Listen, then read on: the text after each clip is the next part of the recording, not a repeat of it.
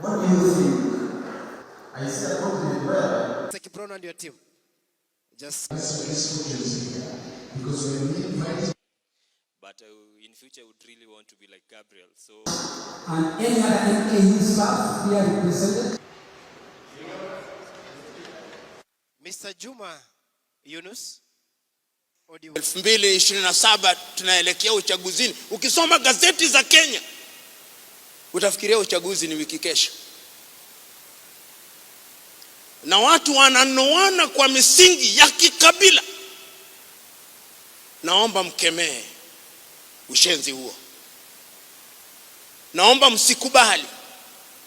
Kwa kuwa msipoikemea huenda tukaathiriwa pakubwa.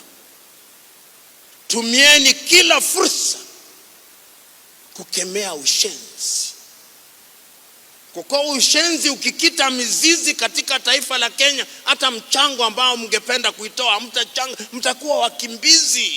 This session has been amazing. Our main topic was building a new Africa for the 21st century, and we are really looking forward to creating solutions since we are Africans and African is our business.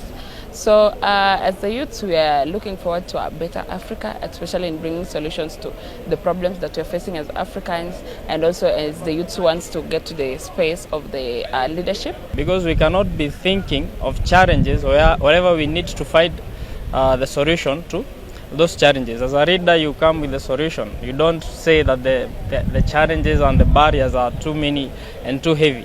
You come with the solution and how to solve those barriers and challenges.